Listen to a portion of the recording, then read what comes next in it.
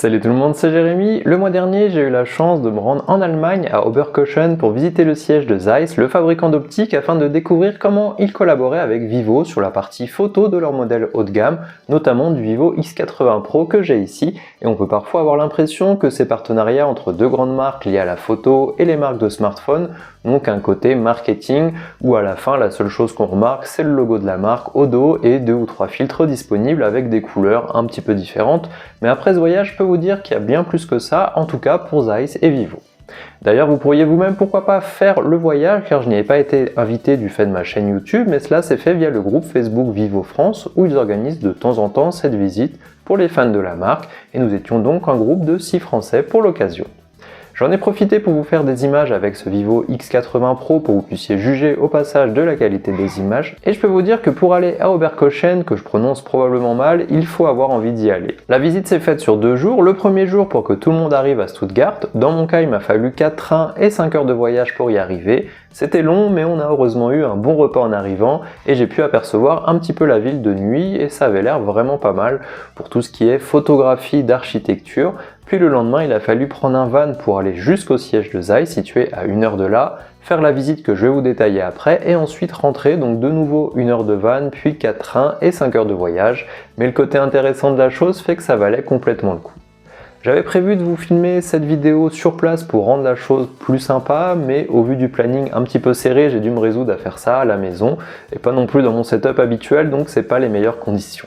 Une fois arrivé chez Zeiss, on a eu la possibilité de rencontrer plusieurs personnes de chez eux, des personnes qui s'occupent de la partie communication et d'autres qui travaillent vraiment sur la partie technique de la collaboration avec Vivo. Ils se sont présenté la marque, on va dire de façon un petit peu corporate, si on peut dire comme ça, avec les chiffres du groupe et ce genre de choses. Mais là où Zeiss est une marque intéressante et une référence dans son domaine, c'est qu'elle fête ses 175 ans d'existence et grâce au musée de l'optique situé à l'entrée du siège, on a pu en apprendre plus dessus. Vous avez probablement vu un de leurs produits, que ce soit un microscope, un appareil d'ophtalmologie, des jumelles, un objectif photo ou tout simplement des verres de lunettes. La marque a commencé avec les microscopes en 1846 et quelque chose d'intéressant, c'est qu'ils ont gardé un marteau qui à l'époque servait un peu de contrôle qualité. Si une lentille n'était pas parfaite, ils la détruisaient avec ce marteau. Alors depuis, ils ont arrêté avec cette méthode, mais ils ont par contre gardé cette culture de l'exigence qui leur a permis de continuer de développer leur gamme. C'est d'ailleurs une optique Zeiss qui a servi aux astronautes sur la Lune par exemple, et ils font vraiment beaucoup de choses, comme je vous le disais, les choses qu'on voit souvent, les objectifs, les lunettes, les appareils d'ophtalmologie,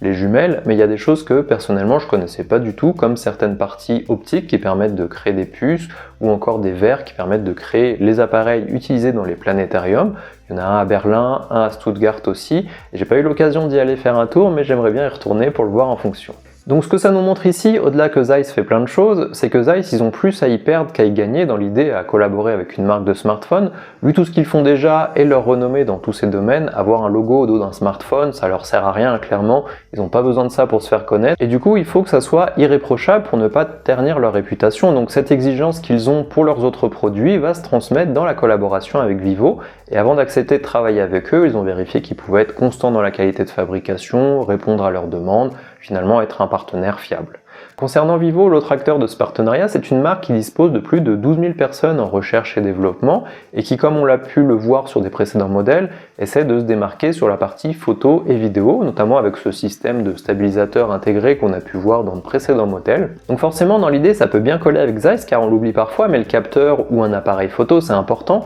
mais ce qui fait vraiment la qualité d'une image, c'est l'objectif ou les optiques qui vont être utilisées dessus. C'est pour ça aussi que ça sert à rien, par exemple, de mettre beaucoup d'argent dans un appareil photo et d'ensuite acheter des objectifs de mauvaise qualité, car au final, on n'aura pas une meilleure qualité qu'un boîtier moins cher avec de bons objectifs. Et c'est sur cette partie que Zeiss apporte son savoir-faire sur la partie optique quand Vivo va venir se concentrer sur la partie téléphone et software, mais bien entendu les deux doivent travailler ensemble pour fonctionner sur un smartphone. Ils ont donc créé un laboratoire conjoint, alors c'est pas un lieu physique où ils se rassemblent tous, c'est plutôt une équipe qui collabore ensemble avec des membres de Zeiss et des membres de Vivo pour améliorer toujours plus la qualité des images et se rapprocher au maximum du résultat que Zeiss obtient habituellement avec des objectifs photo ou vidéo. Donc ça va se manifester par les couleurs, chaque objectif va avoir un rendu différent et chaque marque va avoir une idée de ce qu'elle trouve être juste pour la représentation de ces couleurs. Ça va aussi se traduire par un certain style au niveau du bokeh, le flou d'arrière-plan. Là encore, en fonction d'un objectif ou d'un autre, on n'aura pas le même effet. Sur le X80 Pro, ça se traduit par 5 styles disponibles dans la partie portrait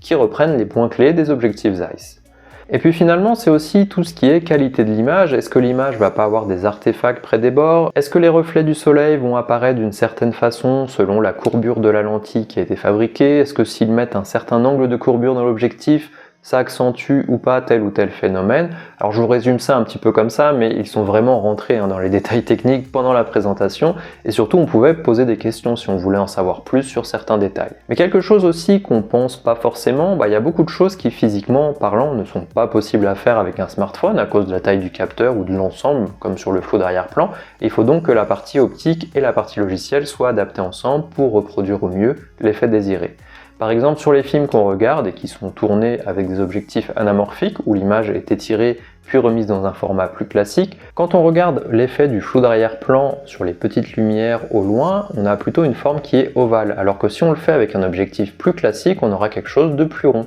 Sur un smartphone, on ne peut pas utiliser de technique physique pour changer ça, mais grâce au software, on peut retrouver ce look, et même si une personne lambda, en regardant l'image, elle ne saura pas expliquer ce détail vraiment technique, elle va se rendre compte qu'il y a quelque chose. C'est pas comme d'habitude, ça se rapproche du film et c'est finalement tous ces petits détails où oui, il y a un vrai intérêt à cette collaboration et pas juste les filtres. Une fois les explications terminées, on a pu aller visiter le laboratoire d'imagerie Vivo Zeiss. Ici, j'ai pas eu le droit de vous faire des photos ou des vidéos au cas où un modèle pas encore sorti soit dans un coin du labo. Bon, malheureusement, on n'a pas vu le Vivo X90 récemment annoncé et dans ce labo, c'est là où ils reçoivent les téléphones et les différents modules photo et ils vont tester la qualité optique et son rendu de différentes façons.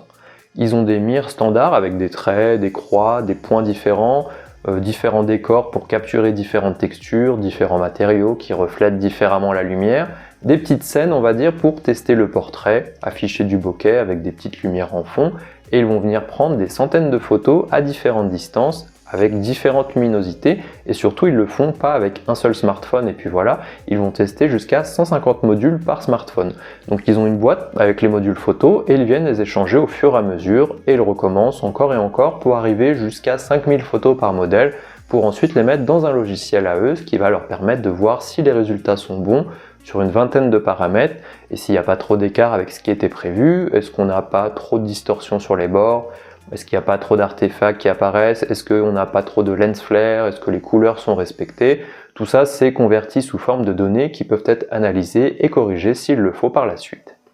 Alors je rentrerai pas dans les détails techniques déjà car j'ai pas tout compris, mais c'était vraiment impressionnant de voir tout ce qui était entrepris pour être sûr que la qualité était respectée. Et là on a pas mal parlé du Vivo X80 Pro qui est sorti plus tôt cette année, mais eux ils ont déjà fini de tester le modèle qui vient de sortir en Chine et ils sont déjà en train de travailler sur le modèle suivant. Donc tout ça, ça se passe bien avant que nous on ait les premières infos sur tel ou tel modèle. Comme vous l'avez compris, pour moi qui aime la photo et la vidéo, j'ai vraiment adoré pouvoir aller à la rencontre de cette marque qui est une référence dans son domaine, d'en apprendre plus sur son histoire et surtout de voir comment ils apportaient le même niveau d'exigence en travaillant avec une marque de smartphone qu'avec une marque d'appareil photo ou de tout autre type de produit qu'ils fabriquent. Finalement, c'est là où on s'aperçoit que le smartphone qu'on a dans sa poche, que ce soit un Vivo ou pas d'ailleurs, demande énormément de travail pour miniaturiser tout ce qu'on trouve habituellement à des tailles beaucoup plus imposantes. L'autre point vraiment sympa, c'était les échanges, que ce soit au sein du groupe de fans Vivo qui forcément partagent pas mal de centres d'intérêt, avec les membres de Vivo qui nous accompagnaient lors de ce voyage et qui étaient super sympas, et puis forcément avec les membres de Zeiss qui étaient aussi très disponibles pour répondre à nos questions.